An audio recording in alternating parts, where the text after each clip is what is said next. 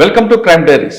ఈ వారం మన గెస్ట్ పోలీస్ ఫ్యామిలీ నుంచి వచ్చిన డైరింగ్ ఉమెన్ పోలీస్ ఆఫీసర్. పేరు బి మాధవి గారు, ఏసీపీ హుజరాబాద్, కరీంనగర్. మాధవి గారు పోలీస్ కుటుంబంలో పుట్టారు. తండ్రి పోలీస్ ఆఫీసర్, అన్నయ్య పోలీస్ ఆఫీసర్, తమ్ముడు పోలీస్ ఆఫీసర్, ఆఖరికి హస్బెండ్ కూడా పోలీస్ ఆఫీసర్. కానీ వాళ్ళిద్దరు పిల్లలు మాత్రం వేరే రూట్లోకి వెళ్తున్నారు. పోలీస్ క్వార్టర్స్ నుంచి వచ్చిన ఈ మాధవి గారు ఎటువంటి కష్టాలు చూశారు, అసలు పోలీస్కి 24/7 జాబ్లో ఉన్నప్పుడు వాళ్ళ నాన్నగారు ఎప్పుడు వచ్చేవారు, ఎప్పుడు వెళ్ళేవారు, అటువంటి క్వార్టర్స్లో పెరిగిన ఆవిడ తిరిగి పోలీస్ ఎందుకు అవ్వాలనుకున్నారు, ప్రస్తుతం పోలీసింగ్ ఎలా నడుస్తుంది, 1996లో డిపార్ట్మెంట్కి వచ్చినప్పుడు ఏ విధంగా ఉండేది పోలీసింగ్, ఇప్పుడు 2026లో డిపార్ట్మెంట్లో ఏ విధంగా ఉంది, అన్నిటికన్నా ముఖ్యంగా చెప్పాలంటే ఆవిడ daring and honest police officer. ఒక విధంగా చెప్పాలంటే వాళ్ళ బ్యాచ్లో 10 మంది లేడీ ఆఫీసర్స్ ఉంటే ఈవిడ ఒక్కరికే ఏసీపీకి ప్రమోషన్ వచ్చిన ఫోకల్ పోస్ట్ ఇచ్చింది గవర్నమెంట్. కారణం ఏంటంటే మంది కూడా బాగా పనిచేస్తారు, కానీ ఈవిడికి ఒక బ్యాక్గ్రౌండ్ బాగుంది, హానెస్ట్ ఉంది, డెడికేషన్ ఉంది కాబట్టి గవర్నమెంట్ ఈవిడికి ఫోకల్ పోస్ట్ ఇచ్చారు. ఆవిడ పరిచయం చేస్తున్నా పోలీస్ ఆఫీసర్ కుటుంబం నుంచి వచ్చిన ఆవిడ ఎలాంటి కష్టాలు ఎదుర్కొన్నారు, ప్రస్తుతం పోలీసింగ్ ఎలా నడుస్తుంది, కంటిన్యూగా హానెస్ట్గా పనిచేస్తూ వచ్చిన కష్టాలు ఏంటి, లాభాలు ఏంటి, గుడ్ విల్ ఎలాగుంటుంది, ముఖ్యంగా మహిళలకి పోలీసింగ్తో అంటే ప్రొఫెషనల్తో పాటు పర్సనల్ లైఫ్ ఎలాగుంటుంది, ఈ రెండుని ఎలా మేనేజ్ చేస్తున్నారు విషయాల్ని మేడం తెలుసుకుంటాం. మేడం నమస్తే. మేడం నమస్తే. మీ బ్యాచ్లో 10 మంది ఉన్నారు, అందరూ డిఎస్పీ అయ్యారు, ఉమెన్ ఆఫీసర్. అంటే 11 మంది.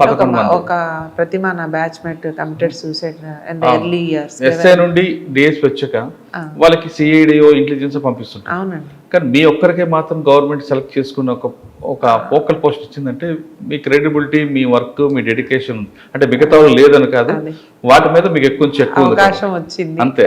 Government has given. కానీ మీ నాన్నగారు, మీ హస్బెండ్, మీ తమ్ముడు, అన్నయ్య, చిన్నాళ్ళు, పెద్దాళ్ళు మొత్తం పోలీసే ఉన్నారు. కానీ సాధారణ పోలీసులో పిల్లలు ఎలాగుంటారంటే చాలా మంది మా నాన్నని చూడలేదు, మా నాన్న ఎప్పుడు వస్తారో ఎప్పుడు వెళ్తారో తెలియదు, ఈ పోలీసింగ్ వద్దు అనుకునే వాళ్ళు చాలా మంది ఉంటారు.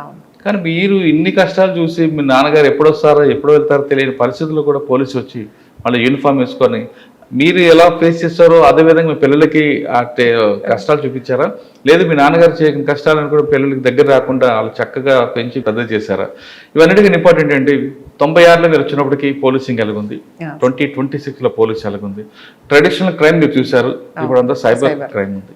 ఈ రెండింటికి వ్యత్యాసం, పోలీసింగ్లో మా ఆడవాళ్ళు ఎదుర్కొన్న కష్టాలు ఏంటి, నష్టాలు ఏంటి, దీనివల్ల వాళ్ళకు ఎలాంటి మోరల్ కాన్ఫిడెన్స్ వస్తుందో. అసలు ముందు మనం వెనక్కి వెళ్లే ముందు హుజరాబాద్ లో మీకు పోస్టింగ్ ఇవ్వడం, ఇక్కడ లోకల్ ఎమ్మెల్యే ఒక ఇష్యూలో జస్ట్ అలా సింపుల్ గా పంపడం వెనక కారణం సార్ ఏం లేదు సార్, నాకు మా డీజీపీ గారు, డీజీపీ గారు సుధీర్ రెడ్డి సార్, మా హస్బెండ్, మొత్తానికైతే నాకు విత్ సపోర్ట్ ఆఫ్ ఆఫీసర్స్ నాకు పోస్టింగ్ వచ్చింది.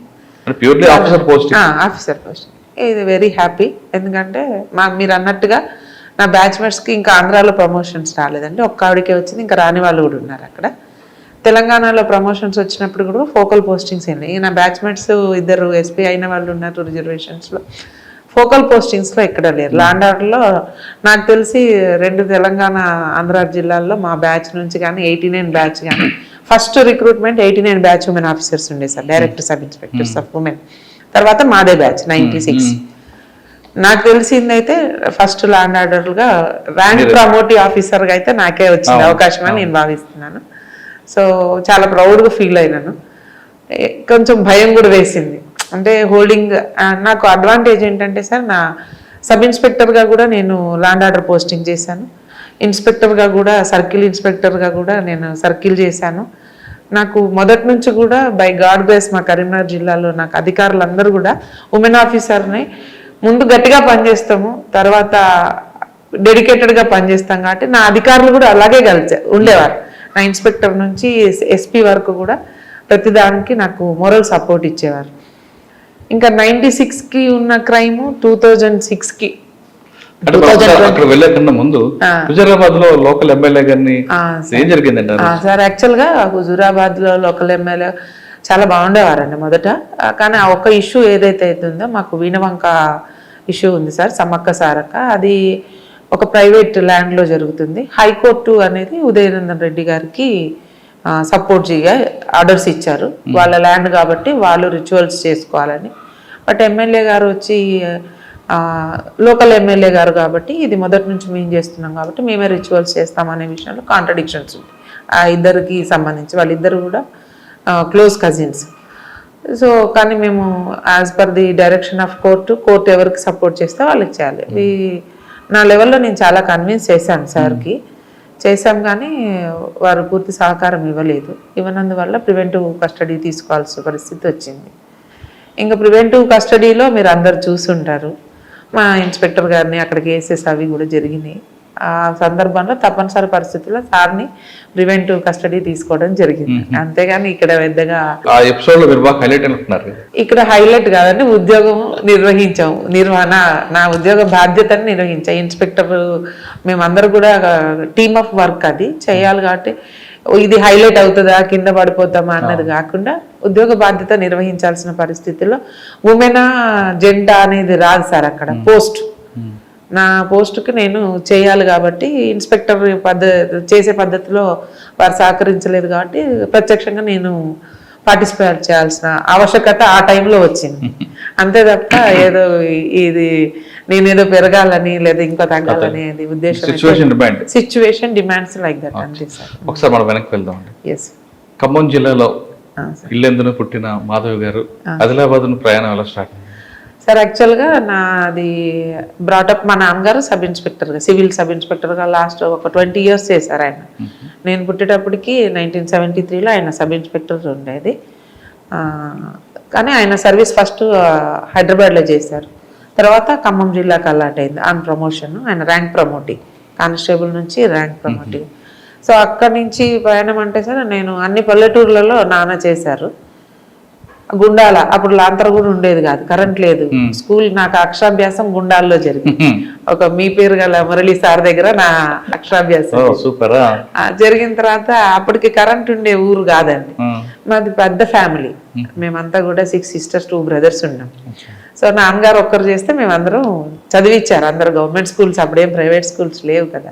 సో అందరం చదువుకున్నాం. అప్పుడు అందరికీ అప్పుడు ఉన్నది అందుబాటులో 10th class చదువు. అక్కలందరూ కూడా చదువుకున్నారు, అందరు హౌస్ వైఫ్ చేశారు. నాకు వచ్చేటప్పటికి మా బ్రదరు ఈ వైపు వచ్చారు. సో అన్నయ్య నన్ను మోటివేట్ చేసిన. నా గ్రాడ్యుయేషన్ అయిపోయేటప్పటికి 95లో గ్రాడ్యుయేషన్ అయింది, 96లో నోటిఫికేషన్. రమణమూర్తి గారు వారు 95లో కూడా ఆయన ట్రై చేశారు, రాలేదు. సో 96కి వచ్చేసరికి నా గ్రాడ్యుయేషన్ కూడా కంప్లీట్.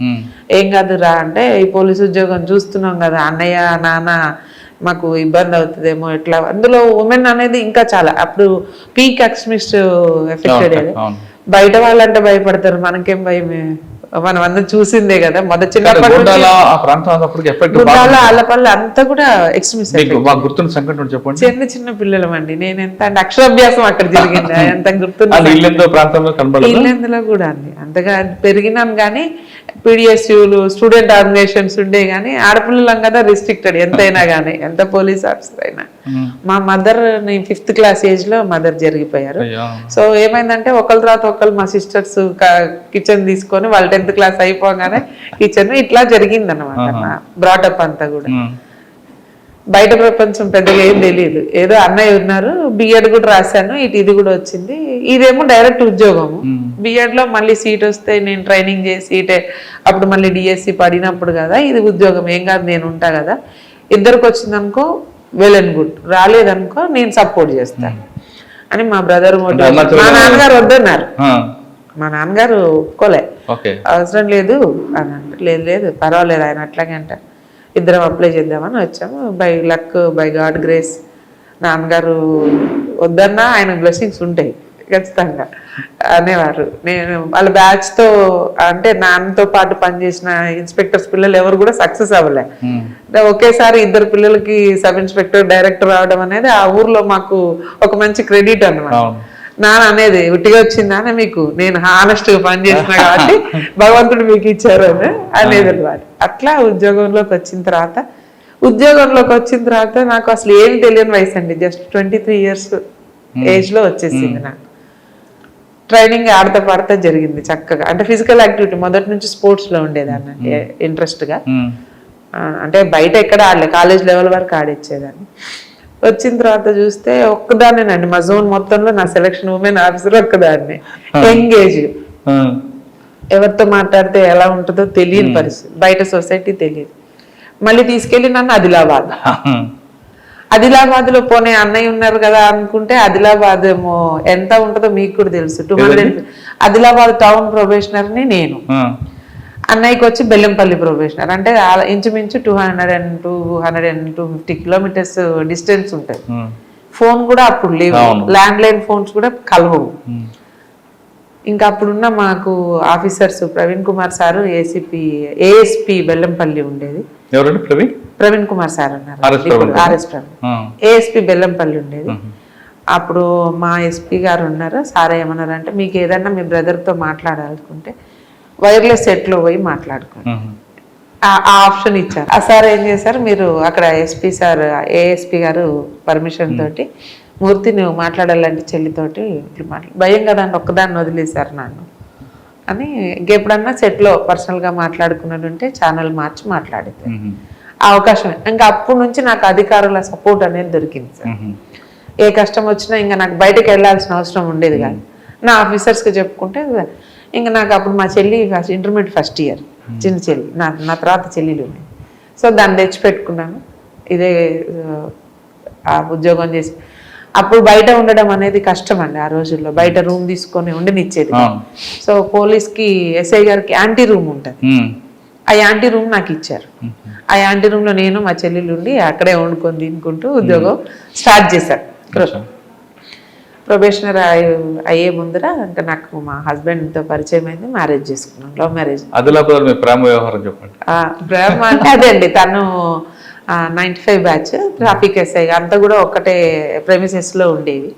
1 టౌను 2 టౌను, తర్వాత ట్రాఫిక్ పోలీస్ స్టేషన్. తనకి ట్రాఫిక్లో ఇచ్చారు. ఏం పేరండి? మహేష్ బాబు గారు. తనతోటి పరిచయం ఏర్పడిన తర్వాత అనుకున్నాం చేసుకుందామని, ఇంట్లో ఒప్పించాము, పెళ్లి చేసుకున్నాం. అంతే. దానికి అక్కడ పెద్దగా ప్రేమ తిరిగే అప్పుడు ఆ రోజుల్లో ప్రేమలు తిరగటాలు ఉత్తరాలు తప్ప ఇంకేముండే కదా. ఉత్తరాలు రాసుకున్నంత డిస్టెన్స్ లేదు కదా.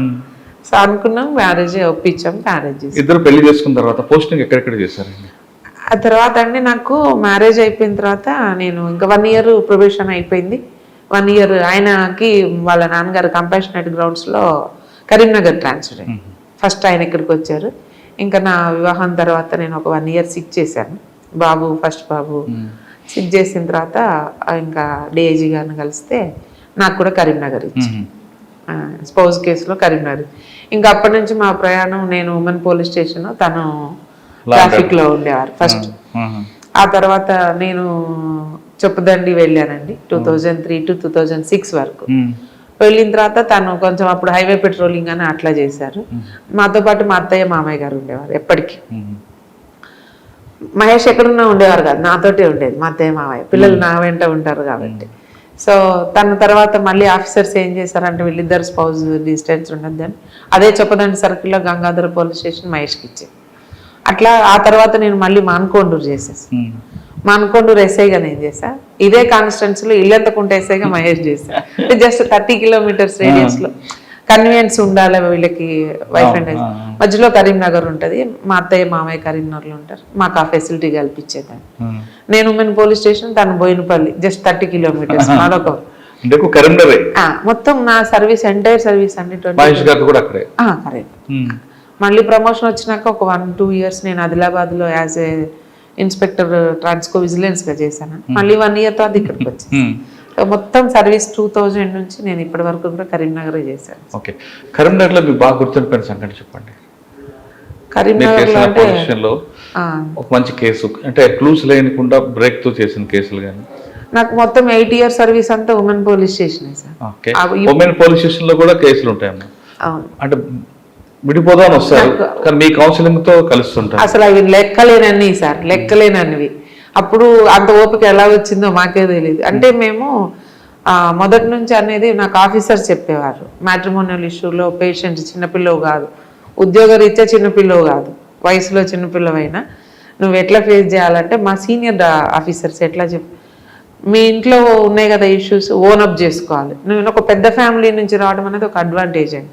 అందులో వచ్చిన ప్రతి ఒక్కరు ఒకరు మనోళ్ళు కనపడతారు. మన ఫ్యామిలీ మెంబర్స్, ఒక కష్టం ఉన్న వాళ్ళు ఉంటారు ప్రతి ఇంట్లో కూడా, ఎక్కడో చోట కష్టం ఉంది. వాళ్ళు చెప్తా ఉంటే మనకి ఏమనిపిస్తుంది అంటే, ఓ మా చెల్లి కాదు, మా అక్కయ్య కాదు, అలా కనపడితే మనం మనం ఆటోమేటిక్గా చేసుకోవాలి. ఓన్ అప్ అయిపోతుంది వద్దన్నా కూడా ఉమెన్ మెంటాలిటీ. సో అట్లా ఉండి మేము చాలా అవర్స్ టుగెదర్ కూర్చొని మాట్లాడి కౌన్సిలింగ్ చేసి చాలాసార్లు మాకు బయట ఎక్కడ కనపడ్డా దండం పెట్టి పిల్లలు తీసుకొచ్చి అమ్మ మేము విడిపోతా అంటే మీరు నాకు కల్పించారు ఇక మా బాబు అని కల్పించిన సందర్భాలు చాలా ఉన్నాయి. హైయెస్ట్ అంటే నేను ఓ రోజు కొండగట్టు బందోబస్తు అయ్యాయి. ఇంతవరకు కొండగట్టులో ఒక్కసారి చేశాను ఇంత ఎంటైర్ నా జర్నీలో. అది నేను వేములవాడ రూరల్ సర్కిల్ ఇన్స్పెక్టర్గా ఉన్నప్పుడు కొండగట్టులో పనిచేసినప్పుడు నేను బందోబస్తు చేస్తున్నా అండి. 3 వచ్చారు, ఒక లేడీ, హస్బెండ్, ఒక బాబు. తీసుకొచ్చి డక్కని కాలు మొక్కుతుంది. అరే మీరు ఎవరు అసలు మాకు కాలు? అమ్మ మేము విడిపోయినాక నన్ను పిలిచి కౌన్సిలింగ్ చేస్తే ఇక మా బాబు 10th క్లాస్, ఇక్కడ మీరు చూస్తే మాకు చాలా సంతోషం. ఇంకా అంతకు మించిన ఉద్యోగ సాటిస్ఫాక్షన్ ఏమి ఉండదు సార్, వీక్ అంతే. నన్ను గుర్తుపెట్టుకొని నన్ను 10 సంవత్సరాల తర్వాత మన ఫ్యామిలీ మెంబర్సే దూరం వాళ్ళు గుర్తుపెట్టలేరు. అప్పటికి ఇప్పటికి నా వయసులో మార్పు, ఉద్యోగంలో మార్పు ఉంటది కదా సార్, అయినా గుర్తుపెట్టుకొని వచ్చి నన్ను కలవడం అనేది సాధారణంగా మీరు చాలా ఉమెన్ కేసులు చూస్తుంటారు.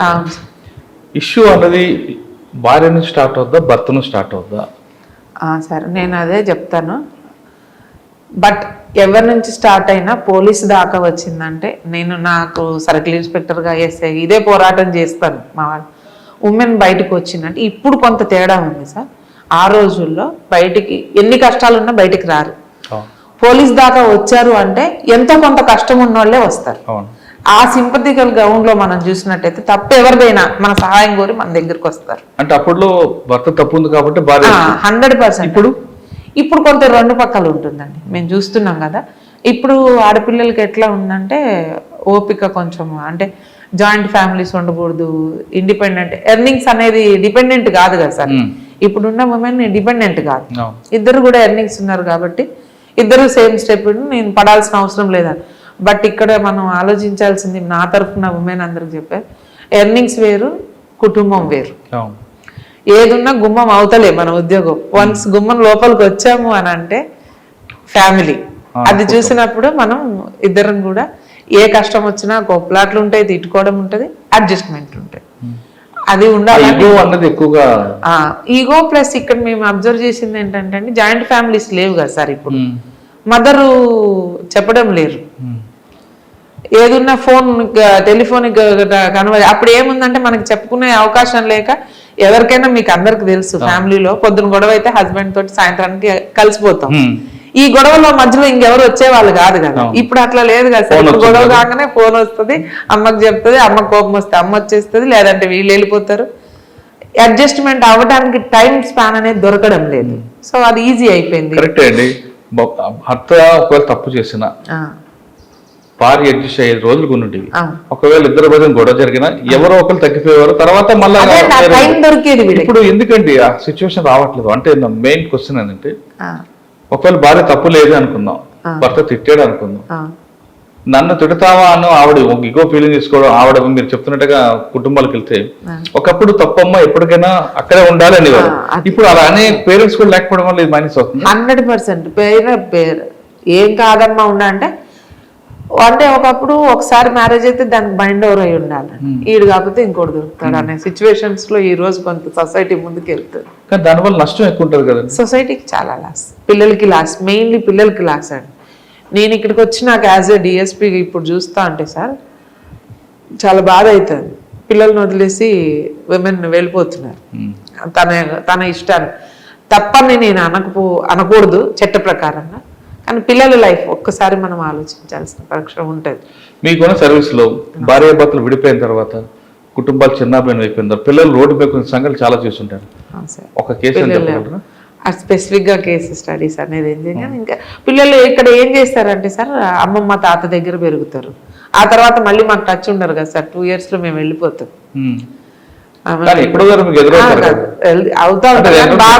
స్పెసిఫిక్ కేసు కాకుండా జనరల్ చెప్తే పేరెంట్స్ సంరక్షణ లేకపోతే పిల్లలు ఎలా పెరుగుతారు? 100% సార్. పేరెంట్స్ ఉండాలి, గ్రాండ్ మదర్ గ్రాండ్ ఫాదర్ దగ్గర ఉండాలి. ఇప్పుడు నేను నిజంగా నా ఉద్యోగంలో 100% సాటిస్ఫైడ్, 100% సాటిస్ఫైడ్. మీరు అన్నారు పోలీసు ఉద్యోగంలో ఇప్పుడు మీరు మామూలుగా ఒక మహిళగా అయితే పోలీస్తో పాటు మహిళా బాధ్యతలు కూడా ఉంటాయి. ఇంత కంఫర్ట్గా నేను ఉద్యోగం చేశా అంటే నాకు ఇన్లా సపోర్ట్. మెయిన్ మా అత్తమ్మ మా మామయ్య గారు గుడ్. చాలా. ఎక్కడైనా మహేష్ తోటి ఉండేది కాదు, నా దగ్గర ఉండేవాళ్ళు. పిల్లల్ని పట్టుకొని నేను కూడా బీ కంఫర్ట్ అండి. ఎంత అంటే నాకు అత్తయ్య ఉంది కదా, పిల్లలు చూసుకుంటారు. స్కూల్కి వెళ్ళి వచ్చేసరికి ఆవిడ ఒక మనిషిని పెట్టేవాళ్ళం, వాళ్ళు చూసుకుని. ఇప్పుడున్న వాళ్ళు ఆ ఇన్లాస్ ఉండొద్దు కదా, ముందే కండిషన్ మేము అత్తయ్య మామయ్య ఉండకూడదు. కానీ వాళ్ళకి తెలియదు పెద్దవాళ్ళు ఉంటే పిల్లలు ఎంత కుటుంబం లేదు కదండి. లేదు. ఇప్పుడు ఉమ్మడి కుటుంబంలో అక్క చెల్లెలతో ఉండకపోతే పోనీ అండి, ఇన్లాస్ ని కనీసం మన దగ్గర ఎంప్లాయిడ్ ఉమెన్ కి ఇన్లాస్ ఒక సపోర్ట్ దొరికితే దానంత స్వర్గం ఇంకోటి ఉండదండి. అదే వాళ్ళు ఉండనివ్వకపోతే వాళ్ళ దురదృష్టం అండి అసలు. అంటే వాళ్ళ వైపు అంటే మీరు అంటుంది అత్తమ్మ కోడలే వద్దు. ఎందుకు వద్దు అంటే అత్తమామ ఎంతసేపు చిట్టి మాట తిడతారని, లేదా ఇక్కడ ఉన్న విషయాలు చెప్తారని. రిస్ట్రిక్టెడ్ లైఫ్ ఉంటది కొంచెం. పెద్దవాళ్ళు ఉంటే కొంచెం రిస్ట్రిక్టెడ్ లైఫ్, ఫ్రీడమ్ ఉండదని. ఫ్రీడమ్. నేను పొద్దున్న 8 గంటలకు లేస్తాను అనుకోండి, అత్తయ్య పొద్దున్న 6 గంటలకు, కొంచెం గిల్టీ కాన్షియస్. లేదంటే ఒక రోజు ఏమనిపించదు, రెండో రోజు ఇవన్నీ ఎందుకు వాళ్ళు లేకుంటే నాకు స్వతంత్రం అనే ఫీలింగ్ ఉంటాయి. బట్ ఇన్లాస్ కూడా నాకు అలా సపోర్ట్ చేసేసి, బిడ్డ పడుకో ఎందుకు లేచినావు ఇప్పుడే అంటూ. నా అదైతే చాలా.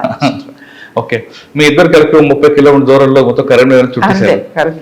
మహేష్ గారితో జర్నీలో మంచి కేసుల గురించి ఎప్పుడైనా మీరు డిస్కస్ చేశారు? ఆయన ఏ కష్టం వచ్చినా మహేష్ చాలా లో ప్రొఫైల్ మెయింటైన్ చేసేవారు యాక్చువల్గా. కానీ నాకు వాళ్ళందరికీ తెలియదు, మాధవి కొంచెం గట్టిగా నోరు ఉంటుంది, గట్టిగా మాట్లాడుతుంది. కానీ ఉమెన్ ఆఫీసర్ గా నేను ఇట్లాగే ఉండాలి.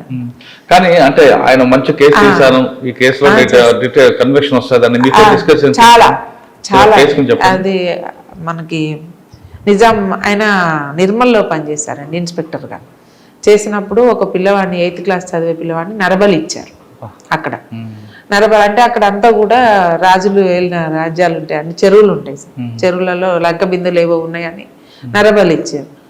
ఖచ్చితంగా దాంట్లో ఏదైనా కానీ డిస్కస్ చేసుకుంటుంటాం. ఇందులో పంచనామా ఇట్లా రాసేటప్పుడు ఇది ఓసారి నువ్వు కూడా చూడు, నేను వేసింది అనుకోండి నా రిమైండ్ ఆయనకు పంపుతుంటే ఒకసారి చూడు మా ఈ కరెక్షన్స్ ఏమన్నా ఉన్నాయా అని. నా బ్రదర్ మంచి స్క్రిప్టరీ, నాకేమన్నా తెలుగు మీడియం నుంచి ఇంగ్లీష్కి వచ్చిన సార్ కొంత తేడా వస్తుంది. సో నాకన్నా మంచి చదువుకున్న వాళ్ళు మహేష్, ఆయన పీజీ ఉస్మానియాలో చదువు. ఒకసారి చూడమా ఎందుకన్నా మంచిదని, ఇంపార్టెంట్ కేసెస్ ఉంటే ఒకసారి మీరు కరెక్షన్ చేసి పంపరా, కొంచెం ఫ్రీగా ఉంటారు. ఆయన పీటీసీలో చేసేవారు, సిటీసీలో చేసేవారు. ఆయన కొంచెం కంఫర్ట్ లైఫ్ లో ఉన్నారు. సో నాకు ఆయన సపోర్ట్, అన్నయ్య ఇట్లా వీళ్ళు సపోర్ట్ తీసుకునేదాన్ని. నిర్మల్ కేసులో అన్నయ్య మహేష్ డిస్కస్ చేశారు దాన్ని. అంటే 2012 సార్ ఆయన అక్కడ చేసింది. అప్పుడు కొత్తగా వచ్చిన టెక్నాలజీ, మనకి ఫోన్స్ టెక్నాలజీ. అప్పుడు మాకు ఇంకా టెక్నికల్ నాలెడ్జ్ అనేది కూడా తెలియదు కంప్లీట్గా. సిడిఆర్స్ ఏంటి, దాని యొక్క ప్రభావం మనం కానీ తెలుసుకొని ప్రైవేట్ అసోసియేషన్ వాళ్ళ దగ్గర నుంచి తెలుసుకొని ఈ కేసులో ఎట్లయినా కన్విక్షన్ రావాలి, ఎట్టి పరిస్థితులు అని స్ట్రాంగ్గా తీసుకున్నారు. ఇక్కడికి వచ్చిన తర్వాత ఆఫ్టర్ లాంగ్ వాళ్ళు పోస్ట్పోన్ చేసుకుంటూ వచ్చిన తర్వాత ఆయన కన్విక్షన్ వచ్చిందండి. Maybe 2016-17. We feel so happy. వాళ్ళు ఎందుకంటే ఇప్పుడు ఆ చిన్న వయసులో చూస్తే మా పిల్లలు గుర్తొచ్చేవాళ్ళు, అయ్యో ఎంత పిల్లోని చంపేసేది. ఆయన చాలా చాలా హ్యాపీగా ఫీల్ అయ్యింది. అట్లాంటి కన్విక్షన్ వచ్చిన కేసులు నరబలి. అంటే ఇవన్నీ అందరికి రావు సార్, ట్రైనింగ్లో కానీ. సార్ నేను ఇంత చేశాను, నాకు అట్లాంటి కేసులు పడలేదు. ఇది కాకుండా మంచి కేసులు ఇట్లాంటివి ఉండే సార్. అంటే నాకు జరిగిన కేసెస్ ఏమో అది చిన్నదే, అందరు చూడటానికి చిన్నది అనిపిస్తుంది. నేను మనకొండూరు ఎస్ఐ ఉన్నప్పుడు ఎలుగుబంటి. సో ఏమవుతుంది అంటే అది వైల్డ్ యానిమల్, దాన్ని చంపకూడదు. చంపితే ఒక బాధ. ఇక్కడ ఏమైందంటే సార్, అది ఎలుగుబంటికి కామన్గా ఏముంటుందంటే డెలివరీ అయిన తర్వాత దాన్ని ఫెరోషియస్ ఉంటుంది, ఫెరోషియస్. ఆ రోజు పొద్దున్న మనకొండూరులో ఒక గుట్టకి ఒక మనిషిని చంపేసింది, మోషన్ కోసం వెళ్ళిన మనిషిని చంపింది. చంపిన తర్వాత ఊర్లోకి వచ్చింది, ఈదులగట్టపల్లి విలేజ్. ఊర్లోకి వచ్చినాక జనం అందరూ ఊర్లోకి బండి వచ్చింది, ఎలుగు బండి వచ్చిందని దాన్ని చుట్టుముట్టినారు. చుట్టుముట్టేసరికి దానికి ఎటు వెళ్ళాలో జరగలేదు, ప్లేస్ లేక ఏం చేసింది, ఒక మనిషిని మీద పడిపోయింది. ఇక వీళ్ళందరూ పరిగెత్తే వాళ్ళు ఉంటారు, పరిగెత్తని వాళ్ళు ఉంటారు కదా. ఒక మనిషి 50+ ఆయన పంచగట్టుకుని ఉన్నారు, ఆయన మీద పడిపోయింది. పడిన తర్వాత ఏం చేయాలి, నాకు వెంటనే సమాచారం వస్తే నాకు అప్పుడు పోలీస్ స్టేషన్లో వెపన్స్ ఉన్నాయి, నాకున్న అవైలబుల్ ఫోర్స్ తోటి 303 వెపన్స్ తీసుకొని వచ్చి కార్డెన్ చేశాం. కానీ ఫైర్ చేయాలా వద్దా, కొత్త ఎంతైనా కానీ ఎంత సీనియర్ అయినా అప్పటికి 2008 అండి. ఏం చేయాలో అర్థం కాక మా ఇన్స్పెక్టర్ గారికి ఫోన్ చేశా, ఆఫీసర్స్ ఫోన్ చేసిన, ఫోన్స్ కలవవు, అది గుట్టల మధ్యన ఉంది, ఏం చేయాలా?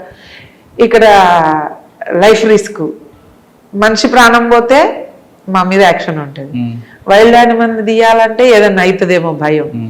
ఆఫీసర్స్ ఫారెస్ట్ వాళ్ళు వచ్చేదాకా వెయిట్ చేయండి, కొంచెం చూడండి, వెయిట్ చేయండి అని ఇన్స్ట్రక్షన్. మనిషి ప్రాణం, ఊరోళ్ళందరూ ఏమో మీరు ఇక పోలీసు వాళ్ళు ఉండేందుకు ఎంత ప్రెషరైజ్ అవుతుందండి, ఊరందరూ వచ్చింది. సిఏ గారికి ఫోన్లో చెప్పిన, సార్ నా ఉద్యోగం ఉంటే ఉంది, పోతే పోయింది, నేనైతే చేస్తున్నా ఫైర్ అన్న. ఎంఆర్ఓ రాలేదు, ఫైర్ ఆర్డర్ ఇవ్వడానికి, ఫైర్ ఆంజనేయులు ఫైర్ అని బై గాడ్ గ్రేస్ మా కానిస్టేబుల్ చక్కగా ఫైర్ చేసినారు సార్, క్లోజ్ రేంజ్లో. మనిషికి ఏం కాకుండా మేము సేవ్ చేయగలిగినాం.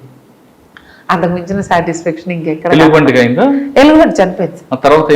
తర్వాత దాని మీద రిపోర్ట్ అడిగారు ఎస్పీ గారు, మన ఫారెస్ట్ డిపార్ట్మెంట్ వాళ్ళకి అంతా కూడా వీడియోస్ అవన్నీ ప్రెస్ వాళ్ళు వచ్చారు, చూసారు, అది రాసి పంపించడం ఏం యాక్షన్ జరగలేదు. మీరు డిపార్ట్మెంట్కి వచ్చినప్పుడు ట్రెడిషనల్ క్రైమ్ ఎలా ఉంటుందండి? ఇదే సార్ ట్రెడిషనల్ అంటే దొంగతనాలు మెయిన్లీ. రాత్రిపూట పడుకున్నప్పుడు ఎండాకాలంలో బయట పడుకుంటే స్నాచింగ్స్ తీసుకెళ్ళిపోవడము, తర్వాత తాళం వేసిన డోర్స్ ఉంటే తాళం, ఇప్పటికీ ఉంది కొంచెం తక్కువ. ఇప్పుడంతా కూడా సైబర్ మీద వైట్ కలర్ అఫెన్సెస్. అప్పుడు దొంగలు అనగానే అంటే మాకు అది తెలిసిపోతుంది సార్. ఎంఓ క్రిమినల్స్ లిస్ట్ అని ఉంటుందండి. విండో తీసి వచ్చేవాళ్ళు ఒక దొంగ ఉండడు.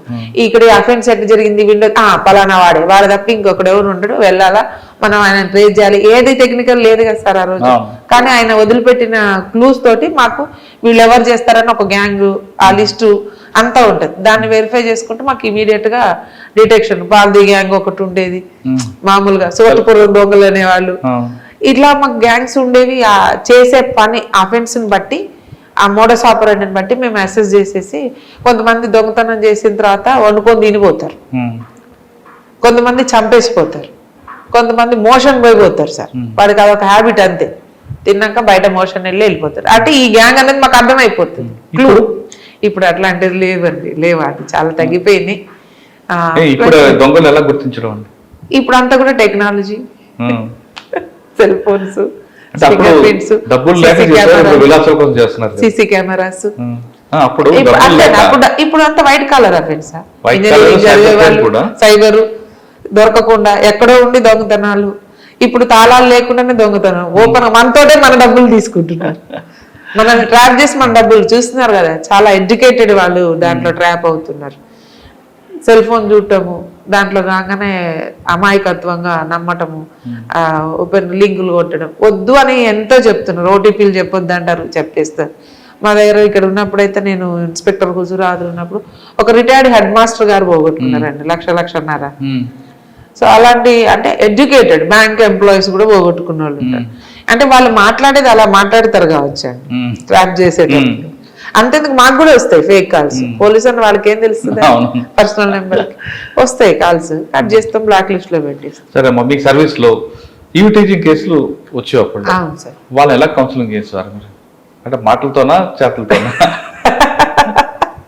చెప్పచ్చా, చెప్పకూడదు? రెండు రకాలు. బస్ స్టాండ్ లో కూడా నేను మఫ్టీలో వెళ్ళి నైట్ అవర్స్, ఎక్కువగా బస్ స్టాండ్స్ లో, కాలేజ్ సివిల్ డ్రెస్ లో. నిజం సార్, అంటే ఉమెన్ ఎవరు కూడా అక్కడ మేము అప్పుడు ఎక్స్మిస్ కూడా ఉండేది సార్. మా ఫస్ట్ బ్యాచ్ మేము గ్రేహౌండ్స్ ట్రైనింగ్ చేసింది 1996 బ్యాచ్ ఉమెన్ ఆఫీసర్స్ లో ఫస్ట్ బ్యాచ్ సార్. మేము గ్రేహౌండ్స్ ట్రైనింగ్ చేసాం. గ్రేహౌండ్స్ ట్రైనింగ్ చేసినప్పుడు కూడా మేము ట్రైనింగ్ లో కూడా, ప్రాక్టికల్ ట్రైనింగ్ లో కూడా మమ్మల్ని ముందు పెట్టేవారు. అక్కలు వచ్చిన అంటే అప్పటి వరకు ప్రజలకు తెలీదు ఉమెన్ పోలీస్ లో ఉంటారని. మమ్మల్ని చూసి మేము ముందు ఉంటే అది నక్సలైట్సే అనుకునేవారు, పోలీస్ అనుకునేది కాదు. అక్క కనపడ్డది అంటే ఖచ్చితంగా నక్సలైట్సే. పోలీస్ అక్కలు అప్పుడు లేదు, మా బ్యాచ్ కాబట్టి అది కూడా అడ్వాంటేజ్. ఆదిలాబాద్ లో నేను ఉమెన్ పోలీస్ స్టేషన్ చేశాను. ట్రైనింగ్ తర్వాత నాకు ఎక్స్ప్రెస్ చేసే అవకాశం రాలేదు. కరీంనగర్ లో మీరు చేస్తున్న టైంలో ఒక అమ్మాయి మీ దగ్గరకు వచ్చి, నన్ను పలానా వాడు రోజు వేడిస్తున్నాడంటే వాడు దొరికాడు అనుకోండి, ఏం చేస్తారు? ఏం చేసేవారు సార్? మేము అదే టీచింగ్ చేసే వాళ్ళని అయితే నేను చెప్పా కదా సార్, రెండు రకాలుగా ట్రీట్ చేస్తారు. ట్రీట్ చేసేవాళ్ళు. అంటే కొంతమందికి మంచిగా చెప్తే అర్థమవుతుంది. ఇప్పుడున్న పరిస్థితుల్లో అరెస్ట్ చేసి పంపాలి అనేది ఉంది. అరెస్ట్ ఎక్కడ సార్? నోటీసు. కానీ విక్టిమ్ మాత్రం నాకు ఇన్స్టెంట్ జస్టిస్ కావాలంటారు. అవును, మరి ఇప్పుడు ఏం చేస్తారు? ప్రెషరైజ్ అవుతుంది సార్, కానీ కూర్చోబెట్టి ఎక్స్ప్లెయిన్ చేస్తాం. We can do anything behind the law, మనం పోలేమమ్మా, చట్టం అట్లుంది. ఇప్పుడు ఏం చేస్తున్నామంటే చట్టంతో బైండ్ ఓవర్ చేస్తాము. ఇప్పుడు మేము చేయగలిగేది ఏముంటుంది సార్, నోటీస్ ఇస్తాము, అతని యాటిట్యూడ్ మార్చుకోవాలి, అగైన్ అండ్ అగైన్ ఒకటి బైండ్ ఓవర్ చేస్తాం మా ఎంఆర్ఓ గారి దగ్గర. ఆ బైండ్ ఓవర్ పీరియడ్లో కూడా అతను మళ్ళీ తప్పు చేస్తాడు, ఒకటి బాండ్ డౌన్ చేస్తాం. అతని నుంచి ఆ బాండ్ ₹1,00,000 ఉంటే కట్టిస్తాము, ఆ కట్టలేకపోతే జైలుకి, లేదంటే మళ్ళీ లీగల్గా మనం కోర్టు పర్మిషన్ తీసుకొని అప్పుడు రిమాండ్ చేయాల్సి వస్తుంది. కొంత డిస్టెన్స్ అంటే టైం టేకింగ్ ఉంటుంది అప్పటికి, కానీ ఖచ్చితంగా కంట్రోల్ ఉంటుంది సార్. ఎందుకంటే ఏ సమయాన్ని బట్టి ఆ సమయానికి ప్రజలు కూడా అనుకూలించాల్సిందే, తప్పదు. సార్ ఇన్స్పెక్టర్ ప్రమోషన్ వచ్చి ఎక్కడ చేశారండి? ఇన్స్పెక్టర్గా నేను ట్రాన్స్కో విజిలెన్స్లో చేశాను sir. Okay, Karimnagar. First Adilabad చేశాను 1 year, తర్వాత నెక్స్ట్ 1 year ఇక్కడ 2 years చేశాను. అది కూడా గొప్పతనమే సార్ నాకు ఫీల్. ఎందుకంటే 2 రాష్ట్రాల్లో ఉమెన్ ఆఫీసర్కి అప్పుడు ఎవరు ఇవ్వలే అవకాశం. 2 రాష్ట్రాల్లో కూడా విజిలెన్స్ ట్రాన్స్కో ప్రొబేషనర్కి ఎవరికి ఇవ్వరు సార్, ఇవ్వరు పోస్టింగ్. ఉమెన్ అనగా అది district holding charge sir. Transco vigilance ఇన్స్పెక్టర్కి జిల్లా మొత్తం ఉంటుంది. యునైటెడ్ ఆదిలాబాద్ జిల్లాలో అంటే ఎంత పెద్దది ఉంటుందో చూడండి, సర్కిల్ అంటారు దాన్ని మా లాంగ్వేజ్లో. ఆదిలాబాద్ సర్కిల్ అంటే మొత్తం యునైటెడ్ ఈ అమ్మాయి ఉమేష్ షరఫ్ సార్ మా జేఎండి గారు ఉండేది. ఉమెన్కి నేను ఇవ్వను, చేయలేరు, ఇదంతా తిరగలేరు అంటే నేను చొప్పదండి ఎస్ఐగా చేసినప్పుడు నా మురళీధర్రావు గారు, మళ్ళీ మీ మురళీధర్రావు గారు మా ఎస్డిపిఓ ఉండేదండి, పెద్దపల్లి ఎస్డిపి. ఆయన మా సివిఓ. ఎవరు మురళీధర్రావు? పంజాబ్ చేశారు ఆయన. సివిఓ ఉన్నారు, లేదు సార్, ఆయన చీఫ్ విజిలెన్స్ ఆఫీసర్గా ట్రాన్స్కోలో చేసి రిటైర్ అయ్యారు. ఆ సార్ అక్కడ ఉన్నారు, నన్ను తీసుకెళ్ళారు. ఈ అమ్మాయి చేస్తుంది సార్, చాలా మంది మగపిల్లలు కన్నా ఈ అమ్మాయి చేయగలుగుతుంది, ఒకసారి ఇచ్చి చూడండి సార్. సార్ మాట మీద నాకు మళ్ళీ అక్కడ ఇచ్చారండి అవకాశం, ఉమెన్ ఆఫీసర్. నేను మొదలయ్యా, ఇప్పుడు తర్వాత చాలా మందికి వచ్చినాయి. అక్కడ మొదలైంది సార్, అందులో ఎంట్రీ అనేది, ఉమెన్ కి ఎంట్రీ అనేది స్టార్ట్ అయింది. వచ్చిన తర్వాత నేను వెములవాడ రూరల్ సర్కిల్లో చేశాను. వెములవాడ రూరల్ సర్కిల్లో చేశాను. అక్కడ చాలా అంటే ఒక మెచ్యూర్ ఏజ్, మెచ్యూర్ సర్వీస్ వచ్చాక చేశారు సార్. చాలా సాటిస్ఫైడ్ 3 years. అంటే ఏం లేదు సార్, అక్కడ ఒకప్పుడు ఎక్స్ట్రీమిజం బాగా ఉన్న ప్లేస్ మాకు, రుద్రంగి కానీ వేములవాడలో, చందుర్తి మండలు, Konaraopet mandal fully highly affected areas. మేము వెళ్ళిన తర్వాత అక్కడికి ఎక్స్ట్రీమిజం ఏం లేదు, కాకపోతే విలేజ్లో వాళ్ళు ఎస్ఐని దాటి సిఏ దగ్గర కూడా రారు పబ్లిక్. అప్పటికి 2016 నేను 14 to 17 చేశాను. అప్పటికి కూడా ఇంత అవేర్నెస్ ఉన్నప్పుడు కూడా వాళ్ళు ఎవరు వచ్చేవాళ్ళు కాదు. నేనే విలేజ్లోకి వెళ్ళడం, మనకు అక్కడ కొత్తగా తెలంగాణ ఫామ్ అయిన తర్వాత అప్పుడున్న రాష్ట్ర ప్రభుత్వం ఆదేశాల మీద ప్రతి ఒక్క ఆఫీసరు ఒక విలేజ్ని అడాప్షన్ తీసుకో. నేను అడాప్షన్ తీసుకున్న విలేజ్ యాజ్ ఏ ఇన్స్పెక్టర్గా Mangalapalli village of Konaraopet.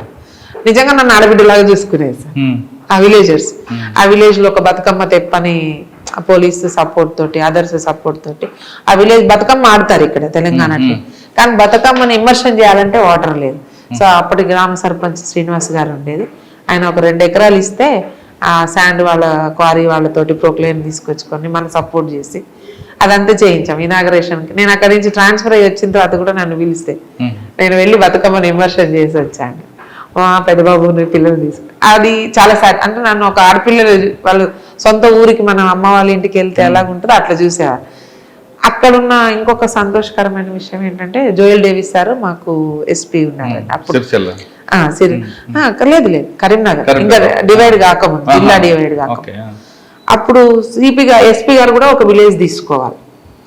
SP village ఏంటంటే మా దగ్గర చందుర్తి మండలంలో సనుగుల విలేజ్.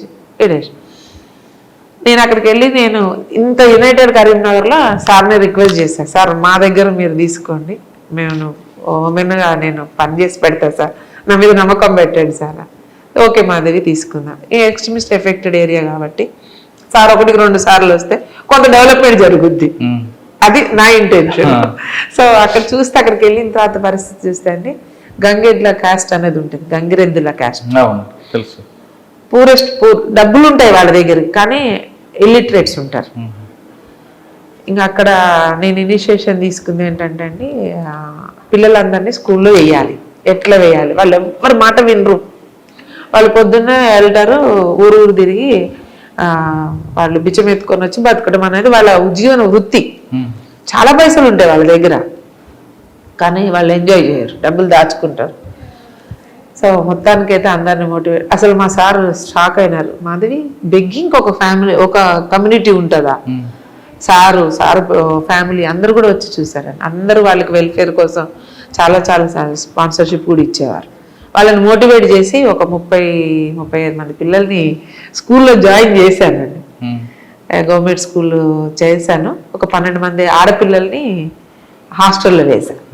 నేను ఉన్నంతకాలం వాళ్ళు ఉంచగలిగాను. నేను చేసిన తర్వాత అక్కడి నుంచి ఇంకా మళ్ళీ రిపీట్గా మనం వెళ్ళలేకపోయాను. 12 ఆ పిల్లలందరూ నా దగ్గర కొన్ని ఫొటోస్ ఉంటాయి సార్, ఇప్పుడు నేను తేలే కానీ యాక్చువల్గా మా ఎస్పీ గారు హ్యాపీ వాళ్ళని, అంటే స్కూల్లో నుంచి వెళ్ళిపోకుండా ఒక బర్త్డే అని ఒక కేక్ కట్ చేయడం, లేదా నాకు అందరు సపోర్ట్, ఎవరైనా సపోర్ట్ చేసి అందరినీ బట్టలు కొనియటం, వినాయక చవితి వస్తే అన్ని గుళ్ళకి తీసుకెళ్ళటం, స్కూల్లో ఉండు ఇవన్నీ చూపిస్తే వాళ్ళు స్కూల్ నుంచి ఇంట్లో పారిపోకుండా ఇంకా నా పిల్లల్లాగానే వచ్చి తలుపు కొట్టి మేడం మేడం మేడం అంత మధ్యాహ్నం పడుకొని ఇచ్చేది కదా స్కూల్కి మధ్యలో వచ్చేసి. సో అది చాలా హ్యాపీ అనిపించింది సార్. ఒక పిల్లవాడిని తీసుకొచ్చి సారు అప్పుడు సాప్ చైర్మన్తో మాట్లాడి హ్యాండ్బాల్లో కూడా జాయిన్ చేశాను. అట్లీస్ట్ ఒకడన్నా ఉద్యోగస్తుడు కావాలని కోరుకుండేది, కానీ అది తీరలేదండి. పిల్లలు వెళ్ళిపోయారు మేము వచ్చేసిన తర్వాత. నేను కాన్స్టెంట్ గా పర్సూ చేయలేను కదా, జ్యూరిస్డిక్షన్ లో ఉన్నప్పుడేమో కొంత సపోర్ట్ దొరుకుతుంది, తర్వాత దూరము. మనం ఫస్ట్ నుంచి చూసారు కదమ్మా. అవును సార్. పోలీస్ డిపార్ట్మెంట్ లేడీస్ కనగానే కష్టాలు ఉంటాయని, నైట్ డ్యూటీలు ఇబ్బందులు ఉంటాయని, వేరే ప్రాబ్లమ్స్ వచ్చినప్పుడు ఆఫీస్ సపోర్ట్ చేయరని, మంచి పోస్టింగ్ ఇస్తే లా అండ్ ఆర్డర్ చేయలేరు, చార్జ్ షీట్లు కరెక్ట్గా వేయలేరు, మ్యాన్ పవర్ మెయిల్ యొక్క డామినేషన్ ఎక్కువ ఉంటుంది అనేది బయట రూమర్స్ ఉంటాయి. అవన్నీ నిజమే? అవి నిజమా అబద్ధం అనేది నా వరకు వస్తే సార్ ఎక్కడా నేనైతే అబద్ధం అని చెప్తా. ప్రతి ఆఫీసర్ నాకు సపోర్ట్ చేశారు.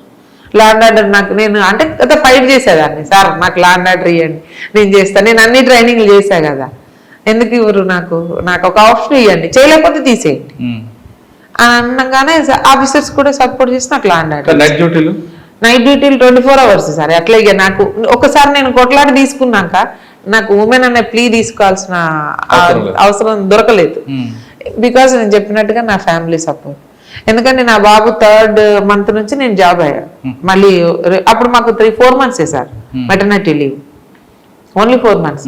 3 months నుంచి నేను జాయిన్ అయ్యాను. మాకు every month night round officer ఉండేది, ఈవెన్ ఉమెన్ పోలీస్ స్టేషన్ అయినప్పుడు కూడా టౌన్లో. బాబును తీసుకొచ్చుకొని మంచిగా పక్కన పడుకోబెట్టుకొని నైట్ పెట్రోలింగ్ చేశాను. దిగవలసి వచ్చింది అంతే సార్, జీపులో. అప్పుడు ఓపెన్ జీపులు, ఇప్పుడన్నా చాలా మంచి వెహికల్స్ ఇచ్చారు. కాలేజ్ వచ్చింది మాకు. అప్పుడు మనకి ఇన్నోవాస్ ఉన్నాయి సార్, సుమో ఇక్కడ. ఇప్పుడు ఇన్నోవాలు మాకు అప్పుడు అన్ని కమాండర్ జీబులు, ఓపెన్ టాప్ జీబులు అన్ని ఓపెనే కదా. బాబు కూడా అట్లా చుట్టుకొని చలికాలం వస్తే అన్ని చుట్టుకొని పక్కన పడుకోబెట్టి వాళ్ళు తిరుగుతా ఉంటే వాళ్ళు నిద్రపోతారు కదా సార్, మంచిగా ఊగుతా ఉంటారు, ఏం ఏడవదు. ఇంటి దగ్గర ఉంటే వెళ్ళాలనుకోవాలా, ఇక్కడ ఉన్నాడు అనుకొని పడుకుంటాడు. సో తిప్పుకునేదాన్ని. బందోబస్తులు గంటలు గంటలు నిల్చోవాలి కదమ్మా. సమ్మక్క సాన్ బందోబస్తు చెప్తా సార్, మీరు నమ్మరు. 98లో మొదట మేము ఇక్కడ రాగానే బందోబస్తుకి వేశారు. ట్రైనింగ్ నుంచి డిఐజీ దగ్గర రిపోర్ట్ చేసి అక్కడి నుంచి వెళ్ళాం. ఆ రోజుల్లో సార్ మా ఉమెన్ కానిస్టేబుల్స్కి కనీసం అంటే వాష్రూమ్స్ కూడా ఉండేవి. 4 తెల్లారితే మళ్ళీ అందరూ ఉంటారని ఒక చీర పట్టుకొని స్నానం చేసేది. నాకేదో కొంచెం ఎస్ఐన్ కాబట్టి ఓ రూమ్ ఆఫీసర్స్తో పాటుగా కొంత అవకాశం దొరికింది, కానీ అక్కడ కూడా 2 రోజులు ఉండగానే ఉండలేని పరిస్థితి ఉంటుంది సార్. అట్లాంటిది చలికి కానీ ఎంత కష్టమైందో. మళ్ళీ అక్కడ మాకు 12 hours డ్యూటీ ఉండేది సార్. ఇప్పుడు లాగా లేదు. ఇప్పుడు సమ్మక్క గద్దె మీద చేస్తే 6 hours. 2 షిఫ్ట్లు ఉంటాయి, 3 షిఫ్ట్స్ ఉంటాయి, 2 పార్టీస్ ఉంటాయి. పొద్దున్న చేస్తే మళ్ళీ మధ్యలో 6 hours. చాలా టఫ్ ఉండే. నేను చేసిన బందోబస్తులు ఇంకెవరు చేయకపోవచ్చు సార్. అన్ని 4 జిల్లాల విఐపి ఎక్కడొచ్చినా ఎస్ఐ ఉమెన్ చలో. ఈ 4 జిల్లాలకి ఉమెన్ ఎస్ఐ లేరు సార్ అప్పుడు. సో పిల్లల్ని పట్టుకొని పోవాలంటే పిల్లల్ని అక్కడ చంటి పిల్లలు. నా కొడుకు 1 year బాబు ఉన్నప్పుడు 6 months 8 months ప్రెగ్నెన్సీ కూడా నేను డ్యూటీ చేసి. ఇవన్నీ మీ నాన్నగారి దగ్గర చూసారు కాబట్టి వెంటనే ప్రిపేర్ అయ్యారు, చేయాలన్న ప్యాషన్ చేశారు. అంతే. కానీ ఇప్పుడున్న కొంతమంది ఉమెన్ ఆఫీసర్స్ డ్యూటీ జాయిన్ అవుతున్నప్పుడు తెలుసు ఈ 24/7 జాబ్ అని తెలుసు, ఇక్కడ మనకు వేరే ప్లే అని పెట్టుకోకుండా తెలుసు, కానీ జాయిన్ అయిన తర్వాత ఉమెన్ అనే ఇష్యూని ముందు తీసుకొచ్చి ఎస్కేప్ అవడానికి చూస్తుంటారు. ఎందుకంటే అంటే వాళ్ళు కరెక్ట్ అంటారా? కొంతవరకు కరెక్టే అని ఒప్పుకోవచ్చు. వాళ్ళు మేము చూస్తున్నాం కదా సార్. ఇప్పుడు వాళ్ళు ఏంటంటే రాగానే loop లో- కరెక్ట్ వాళ్ళు చేయడం వాళ్ళు కరెక్ట్ అంటారా? ఆహా, అట్లా చేయటం తప్పు కాదు, మీరు చెప్పింది కొంతవరకు కరెక్ట్ అంటే అంటే వాళ్ళు చేయడం escape ఎందుకు అవుతున్నారు అది?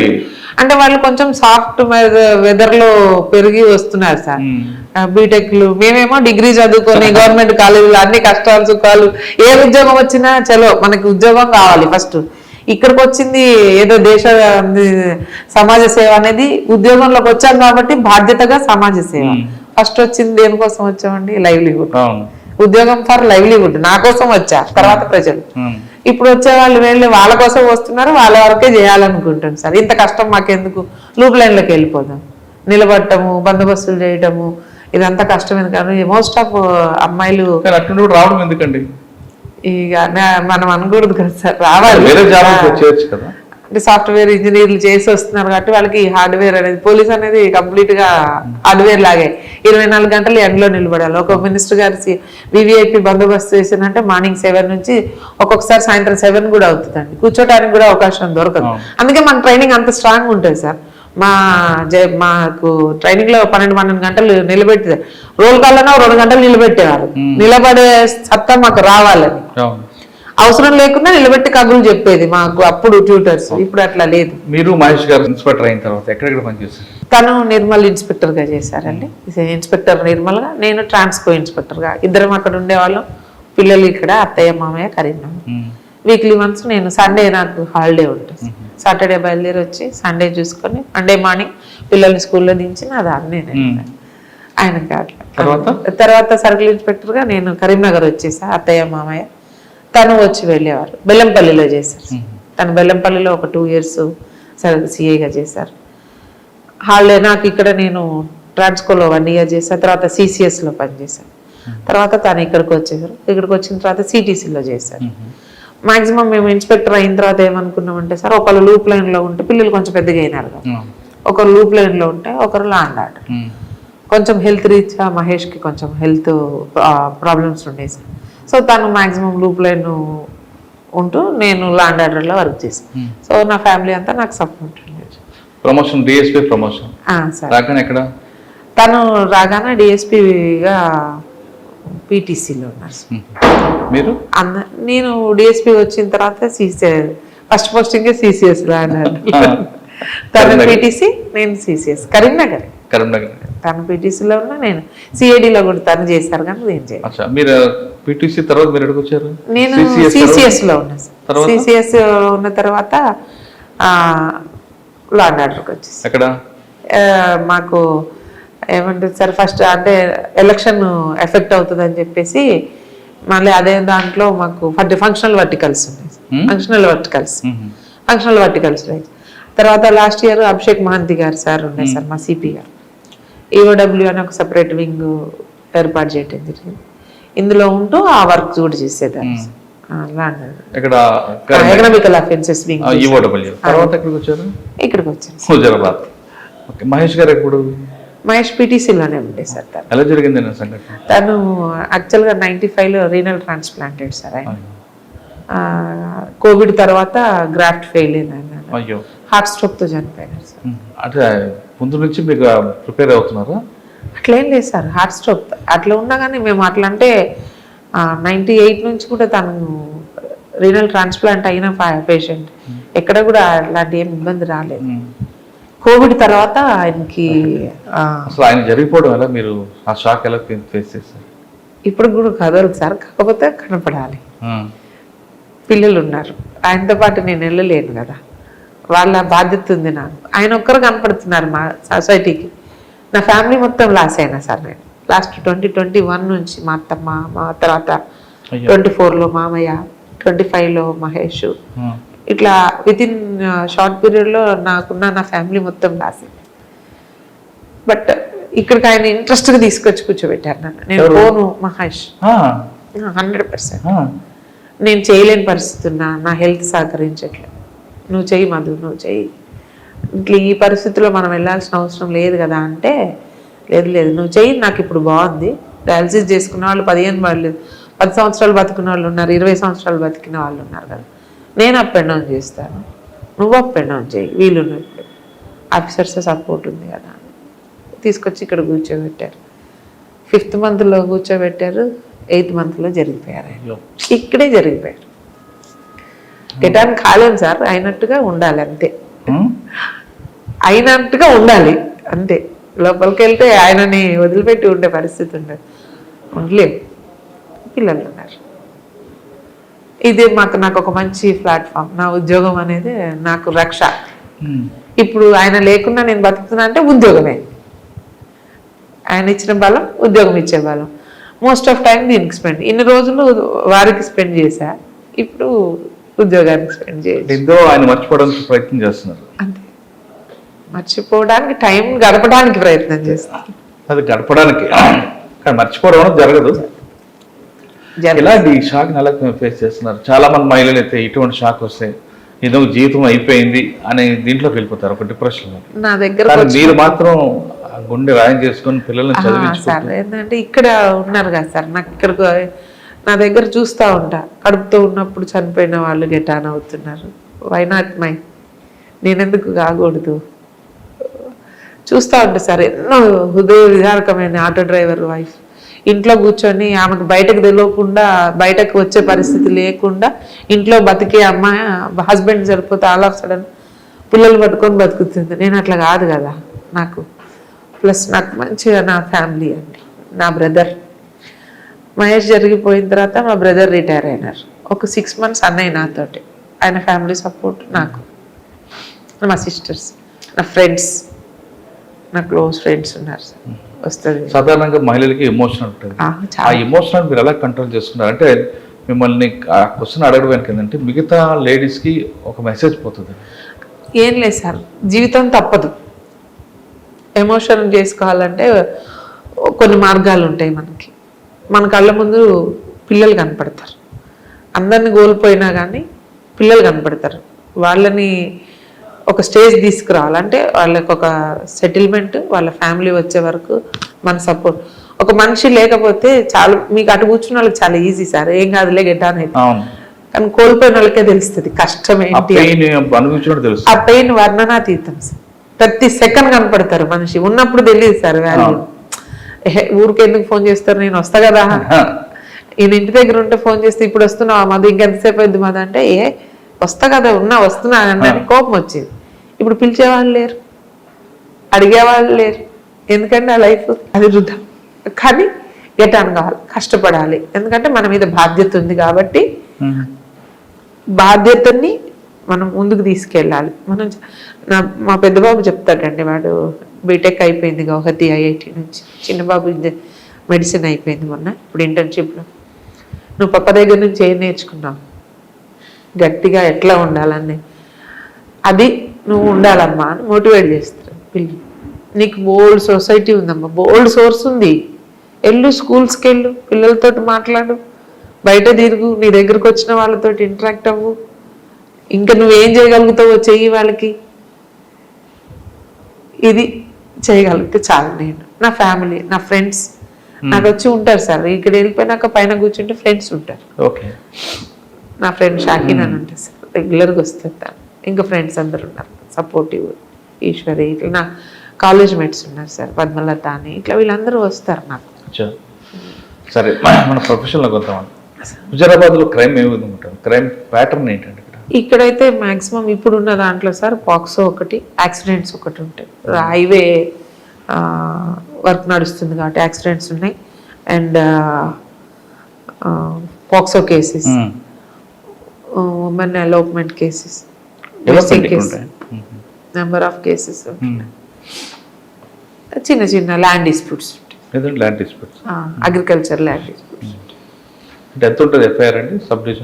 సబ్ డివిజన్ మొత్తం కలిపితే సార్ మాకు ఇయర్లీ అన్ని మేజర్ ఉంటాయి. అంటే వాళ్ళకి డిపార్ట్మెంట్లో చెప్తారండి, క్రైమ్ జరిగిన తర్వాత డిటెక్షన్ చేయడం అవన్నీ కాకుండా ముందు ప్రివెన్షన్. కాబట్టి పబ్లిక్ లో సగం మంది ఆ సెక్షన్ వల్ల ఉందని తెలియక కొన్ని నేరాలు జరుగుతుంటాయి. ఉదాహరణకు పోక్సో చిన్నపిల్లడు ప్రేమిస్తే సెక్షన్ ఉంది, తనకు జైలు అవుతుంది అని తెలియదు.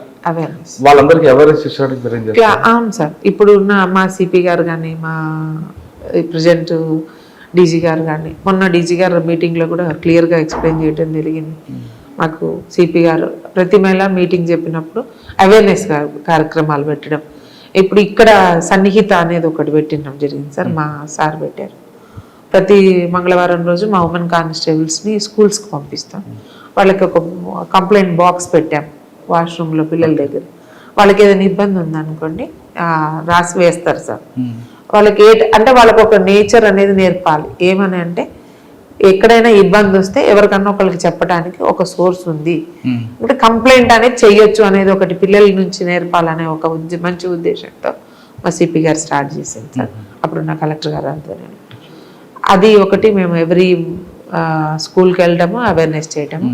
తర్వాత విలేజ్ లెవెల్లో మా బ్లూ కోట్స్ ఉన్నాయి, మేము వెళ్తూ ఉంటాము మీటింగ్స్ పెట్టి అవేర్నెస్ లా మీద, సైబర్ అఫెన్సెస్ మీద, ఎట్లా సైబర్ నేరాలు జరిగితే మీరు ఎట్లా ట్రాప్ కాకుండా ఉండాలి, డ్రగ్ అవేర్నెస్ మీద. డ్రగ్స్ కూడా సార్ ఇప్పుడు అంటే ఇక్కడ దాకా డ్రగ్స్ లేవు, ఓన్లీ ఒకటి గాంజా ఉంటుంది సార్. పల్లెటూరు దాకా కూడా వచ్చింది.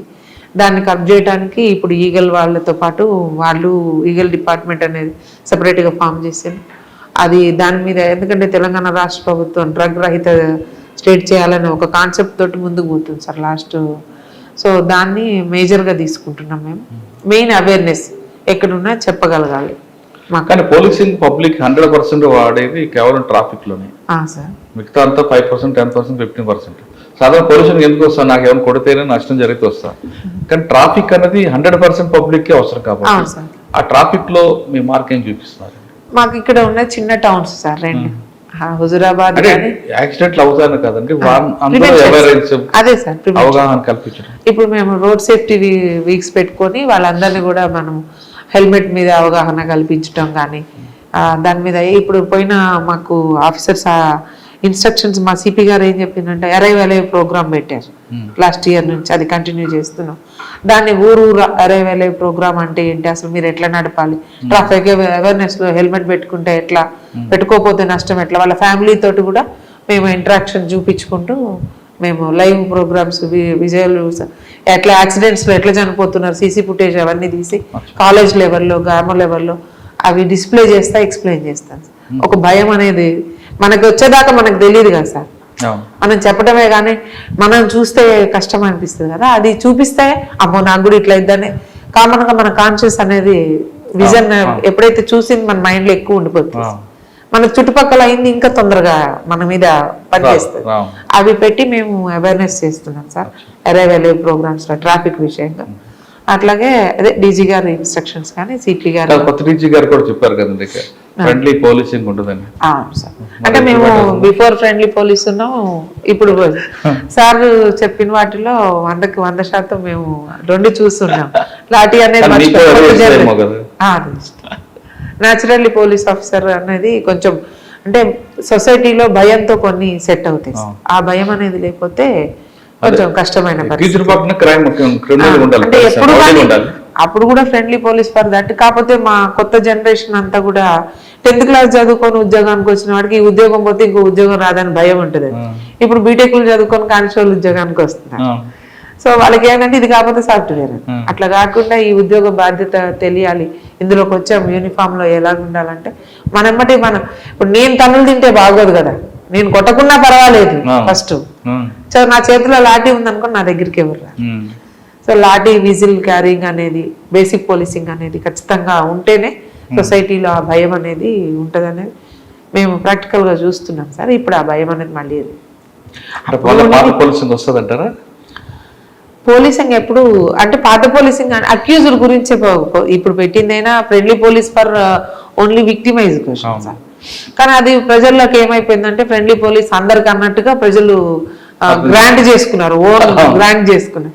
ఇది కాదు అనడానికి మేము కొంత ప్రొయాక్టివ్గా ఇప్పుడు పనిచేయాల్సిన పరిస్థితి వస్తుందని నేను భావిస్తాను. డిపార్ట్మెంట్ లోకి వచ్చే మహిళలకి మీరు ఇచ్చే మెసేజ్, డిపార్ట్మెంట్ లోకి వచ్చే వాళ్ళకి, ఆల్రెడీ డిపార్ట్మెంట్ ఉన్న వాళ్ళకి ఏంటంటే మనకి 33% రిజర్వేషన్లో వస్తున్నాం.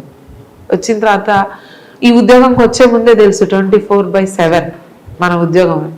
వచ్చిన తర్వాత మనం ప్లీ తీసుకోకూడదు, రాత్రిపూట అని, పగలని, నేను ప్రెగ్నెన్సీతో ఇలాంటివి తీసుకుంటే ఏమైందంటే మనమే తక్కువ చేసుకునే వాళ్ళలాగా అవుతామేమోనే నా భావన.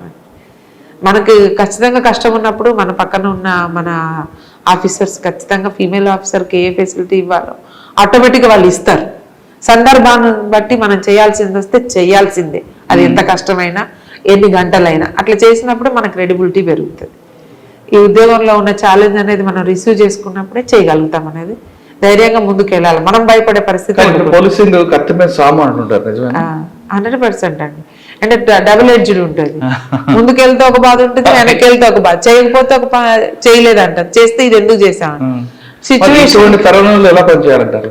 10 మంది ఉంటే 8 మంది యాక్సెప్ట్ చేసే పనిని మనం చేస్తే ఎప్పుడైనా సక్సెస్ అవుతుంది. మనము హానెస్ట్ గా, ట్రాన్స్పరెంట్ గా, డెడికేటెడ్ గా పనిచేసినట్టయితే ఖచ్చితంగా మనకి ప్రజల నుంచి మనం ఒకవేళ పొరపాటు ఎక్కడ జరిగినా కానీ యాక్సెప్ట్ చేసే పరిస్థితి. పొరపాటు మీన్స్ ఒక దెబ్బ కొట్టినామని, కరెక్టే కొట్టిండ్రులే మేడం, కొట్టపోతే ఎట్లా అనే పరిస్థితి. చట్టం తప్పంటది, ప్రజలు యాక్సెప్ట్ చేస్తారు. సొసైటీ పోలీసుకునే 2 ఉంటాయండి, సామాజిక న్యాయం, చట్టపరమైన న్యాయం. సామాజిక న్యాయం మేము ఇమీడియట్ గా చేయగలుగుతాం. అర్థమైంది. ఆ సామాజిక న్యాయంలో భాగంగా ఇలాంటి జరిగినప్పుడు ప్రజల యాక్సెప్టెన్సీ అనేది కొంత అవసరం ఉంటుంది. మీరు చూస్తారు కొత్తగా డిపార్ట్మెంట్ రమ్మంటారు అమ్మాయిలకి, అది కూడా చెప్తా సార్. 100% నేను వీళ్ళనే ఇప్పుడే కాదు సార్, ఎప్పుడూ చెప్తా అంట. డిగ్రీలు చదివి పీజీలు చేసి కాల్గాల్స్గా అక్కడికి వెళ్ళి ప్రైవేట్ ఎంప్లాయ్మెంట్లో ఇన్సెక్యూర్ ప్లేస్లో పనిచేసే కన్నా ఇక్కడ ఉన్న ఉద్యోగం కంఫర్ట్గా మనకు రక్షణ దొరుకుతుంది. ఫస్ట్ మన చుట్టూ ఉన్న వాళ్ళకి రక్షణ కల్పించే అవకాశం ఈ యూనిఫామ్ ఇస్తుంది. ఇది వేసుకుంటే మనకి ఇది ఒక ధైర్యం. ముందు ఈ ధైర్యాన్ని మనతో పాటు మన చుట్టుపక్కల వాళ్ళకి ఇవ్వచ్చు. మీకు ఒక చిన్న ఎగ్జాంపుల్ చెప్తా సార్. బిఫోర్ క్లోజ్ నన్ను అక్కడ మామూలుగా బందోబస్తుకి వెళ్తా ఉంటాం కదా, ఒక దగ్గర పెద్ద బందోబస్తుకి వెళ్ళా. ఆగమ్మ కొంచెం, ఆగమ్మ నువ్వే చేసినవే, మా ఊరు అమ్మాయి కూడా ఉంది పోలీస్ ఆఫీసర్ అంటే చూడండి, మా ఊరు అమ్మాయి ఆమె చెప్పింది, నువ్వుగినే చేస్తున్నావు పోలీసు ఉద్యోగం, మా ఊరు అమ్మాయి కూడా పోలీసు ఉంది అని ఆవిడ అనిందని. I felt so happy. ఆవిడ అంటే అనింది కానీ, అంటే మనము ఒక్కళ్ళు ఉద్యోగంకి వస్తే ఊరంతా నన్ను చూసి ధైర్యంగా ఉంటున్నారు అనే ఒక భావన నాకు కలుగుతుంది కదా సార్. అందుకని ఆ భావన మనం ఇచ్చే అవకాశం మనకి ఉద్యోగం ఇస్తుంది. పిల్లలు అందరు ఆడపిల్లలు ధైర్యంగా రావచ్చు. ఇంతకు ముందులాగా అంత హార్డ్షిప్ లేదు ఉద్యోగంలో. 24 గంటల్లో ఉమెన్కి చాలా తక్కువ. ఎప్పుడు తప్పనిసరి పరిస్థితుల్లో బందోబస్తుల్లో ఉంటాం కానీ మనకున్న ఫెసిలిటీస్ మనకు ఉంటాయి సార్. మోర్ ఎవర్ సపోర్ట్ అనేది ఉద్యోగంలో మన జీతం తీసుకొని ఉద్యోగం చేసుకుంటూ మన ఊర్లో ఇప్పుడు నా కానిస్టేబుల్ ఉన్నారండి, ఇక్కడ పక్క మండలంలో ఉద్యోగం చేస్తారు. ఎంత హ్యాపీ అండి. హైదరాబాద్ లో 15,000కు ఉద్యోగం చేసే కన్నా ఇక్కడ మీకు 25,000 నుంచి 30,000 ఉద్యోగం వస్తుంది. ఎంత హ్యాపీ, సెక్యూర్ గా. సో అందరూ కూడా తల్లిదండ్రులు కూడా అదే అంటున్నారు, ఉమెన్ ఇందులో 96 లో వచ్చిన నేనే సక్సెస్ అయినాను. డిపార్ట్మెంట్ వచ్చిన వాళ్ళు ప్రొఫెషనల్ గా ఉండమంటున్నారు, కానీ పర్సనల్ లైఫ్ ఎలా చూడమంటారు? పర్సనల్ లైఫ్ 100% ఉంటుంది సార్, కొంత లాస్ ఉంటుంది. మీకు చిన్న ఎగ్జాంపుల్ చెప్తా. దసరా వచ్చేసరికి మేమందరం యూనిఫామ్ లో బందోబస్తులు ఉండాలి. తెలంగాణ ఆడపిల్లలకి దసరా అనేది పెద్ద పండుగ. నేను ఏం కొనుక్కున్నా అనేది ఆ సంవత్సరంలో నేను ప్రజలకు చూపించుకోవాలి. కానీ నేను ఎందుకున్నా యూనిఫామ్ వేసుకొని ఉండాలి. నేనేమనుకునేదాన్ని అంటే వాళ్ళు వచ్చి అయ్యో బిడ్డ నీకు నన్ను కొత్త అంటే మేమున్న జనరేషన్ లో సార్, అయ్యో బిడ్డ పెద్దవాళ్ళు వస్తారు కదా, అయ్యో బిడ్డ నువ్వు ఈ డ్రెస్ వేసుకొని ఉండాలనా ఎట్లా మరే అంటారు.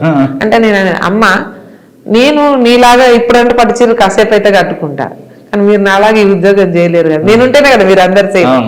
అట్లా మనం అందులోకి వెళ్ళినాం అనుకోండి, వి ఫీల్ ప్రౌడ్. మేము ఇంకా తర్వాత నుంచి ఏం చేసేది సార్, 9వ రోజు సద్దుల బతుకమ్మ ఉంటే 7వ రోజు నేను ఎంజాయ్ చేస్తాను, అయిపోతుంది. నాకు అక్కడ మిస్ అయిన ఫీల్ రాదు కదా. సో అందుకని బతుకమ్మ ఇంకా నాకు పిల్లలు పుట్టిన రాదు సార్, చిల్లర పిల్లలు ఉన్నారు.